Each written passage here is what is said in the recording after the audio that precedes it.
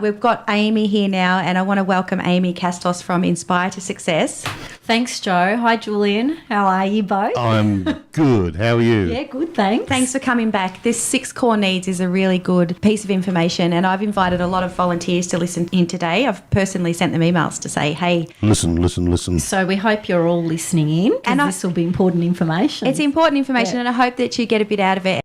Amy could come and talk to your business groups. She could come and talk to students about these 6 core needs. It's all about being aware of yourself, so you can have that control over yourself and your behaviours and how you look most out of life. Yeah, your behaviour and others' behaviour. You can just tick a few boxes and then get back to what your purpose is. That's right. So what are the 6 core needs again? So the 6 core needs are certainty. So that's also known as comfort and security. We all need a bit of that every day.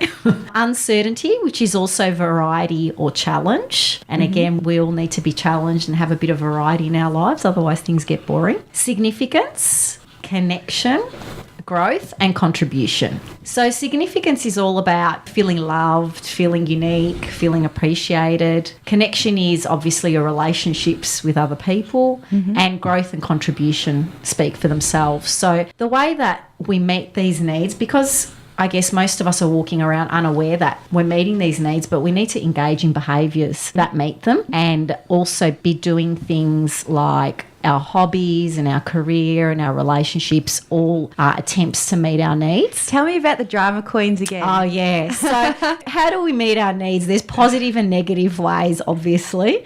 Jo loves the example of drama queening, and I think we all do that from time to time. But the reason that we drama queen is because we're trying to make ourselves feel significant and get attention from other people. And also I think it's when you're a bit bored and you need a bit of variety in your life, sometimes you want to just chuck a tanty in, see what happens. And I think that there's probably performers out there who have made a career out of developing that core need. I would say that significance, because with the 6 core needs, 2 of the needs are your top drivers. That's right. Now, what's the percentage of that again? So 2 out of the 6 are your top drivers. Yep.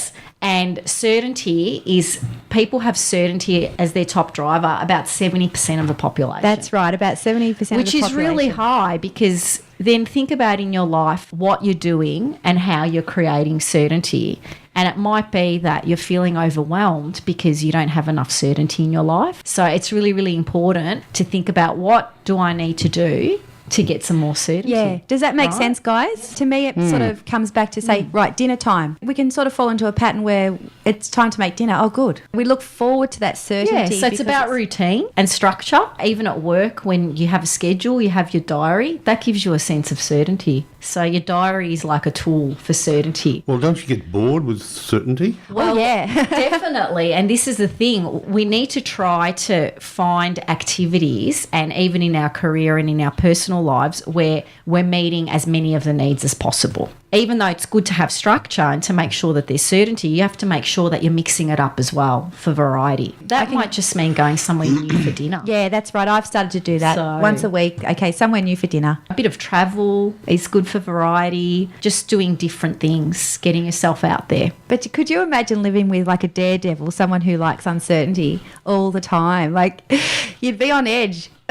Well, it's really interesting in terms of relationships, where one partner has the top need as certainty and the other partner has the top need as variety. There'd be a real clash. Yeah. But when you're aware of this and you can talk about it, you can work out ways that you can satisfy both. Yeah, you can manage it. And I imagine too, this has just occurred to me, teenagers, they have a certain amount of risks that they like to take, risky behaviour, whereas their parents want the certainty. And I can imagine that that is a time to really manage it and to really understand that the 6 core needs are a relevant thing and important to the person that they're important to. So risky behaviour by a teenager, we might say, just get over it. But while they're in that pattern, we have to let them do it. Well, I guess if you're trying to meet their need for variety, which is what they're doing with a risky behaviour, but it can be a negative thing. So you've got to flip it around into a positive and make sure they have good ways, more healthy ways to achieve variety. So fun fields, exactly. Yeah. Instead of them doing something else destructive so that they can get their kick. So that's a really good point, Jo. It's a great example. How about,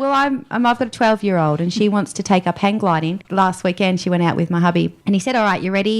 she wasn't. But that activity is there for her when she's ready. And we'll see. She's always been a very cautious kid. We'll see. It's up to her. And there's other ways for her to meet that need for adventure. It doesn't have to be hang gliding or... It could be Minecraft, thank you very much. Since you spoke to me about this, since I went to that workshop, I've seen it a lot, how volunteers especially seem to crave significance. And that's not a bad thing. For example, you said about me, I'm looking for significance, but I'm also sharing it with others. And in a way, that's what this program does. Absolutely. But look at all the other needs doing this program meets. So significance, because you're contributing to the community in a positive way.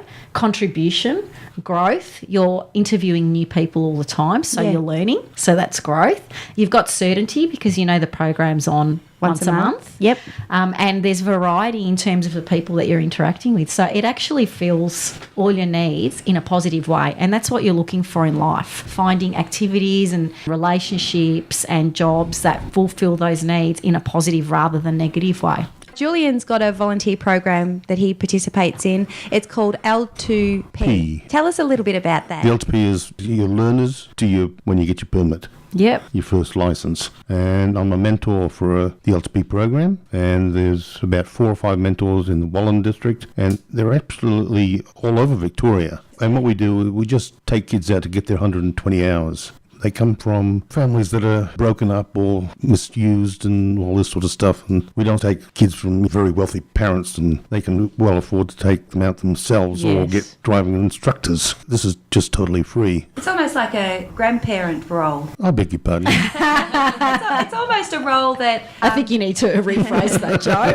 Well, it's almost a role like a grandparent would do. I'm saying that... It is, yes, it is. Because, and if families are broken up, then grandpa might not be around. Father figure. Do you prefer that, Julian? Yeah, friend would be really good. Okay. Yeah, friend with and also people who are nervous about driving their kids. Yeah, anything like that, any sort of disadvantaged kids or anything like that we take on. It's worked out absolutely wonderful, and I feel so happy about it because I feel that I'm teaching these kids how to drive, and if they get their license and do, let's say, just half the things that I've told them, they'll be right. They'll avoid collisions and lots of messes on the road.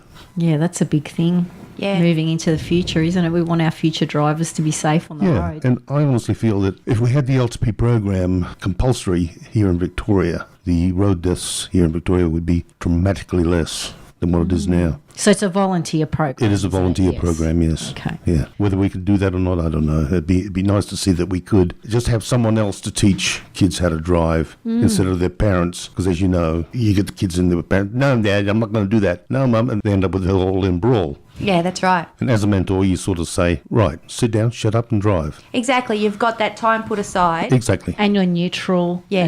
Yeah. You can't take it away. Young people are very sensitive too. You can't, I'm not taking you for a drive this weekend because you've been misbehaving at that age. But I also think you've got to have a certain way about you with the kids. I don't think anyone and everyone could do it. I know a lot of people wouldn't do it and just totally refuse to do it. But there'll be plenty who do want to. Surprisingly, there's not many. We're struggling to get mentors. We really are. That's a shame. I shared the link to it the other day on our Facebook stream. So it's www.keys2drive, I think. I'll look it up again and share it so anybody who knows me and is listening, they can see it. Because it's meeting Julian's purpose, which is to reduce the road toll. You haven't articulated it as such, but it makes you feel good because it's meeting your needs. Oh, it makes me feel, look, take them for their driving license, they come out with a big grin on their face, and it's just a really good feeling. And that's what everyone should aim for. A vehicle is the means by which you get your needs met. And pardon the pun, because we're talking about driving. That is one of Julian's vehicles. So what you're looking for is activities or relationships or careers or volunteering. I know there'll be a few volunteers listening out there that are meeting all or most of your needs in a positive, high-quality way. So you need to have at least 3 to 5 vehicles. It's no good, for example, to just be a workaholic because that is your sole vehicle then. And then if you lose your job, there's nothing meeting your needs. So you really need to think about activities, relationships that are doing that in a positive way and meeting as many as possible. And it sounds like it's meeting all of your needs. Oh, look, it is. It just fulfills my life. It really honestly does. And plus this radio station. Yeah, that's right. It is. Absolutely. This is a vehicle too. So Yeah, exactly. And the more vehicles that you have that are meeting your needs, the more quality of life you have. Yeah, so you're looking for high quality vehicles. So if you think about your life, if you're feeling overwhelmed, for example, have a think about whether maybe it's because you've got too many vehicles, and then assess them and see how many of those needs are they meeting, because some of them, it might be that you're part of a group that you're no longer really into anymore and doesn't make you feel joyful. It's okay to stop doing some things. I think you opened last time with, we think it's not okay to quit. Yeah. And it actually is okay to quit. You know, you can't quit your family. Well, there are certain things you can't quit. There are certain things you can't, but there are some things that will go on without you. Housework, yeah, I know. Just get a cleaner, then get rid of that vehicle. Exactly. Give that vehicle to the cleaner. Give her the keys. Exactly. Give her the security key. Give her the code. All right, Amy, we have to wrap you up. Thank you so much for coming. Oh, you're welcome. Thanks for having me on the show, and hopefully you all went away just having a good think about what your needs might be and having a look at the vehicles in your life. Absolutely. Amy's a performance and productivity consultant, and I think she does a great job of it, and this kind of information is very relevant to businesses as well. So thanks.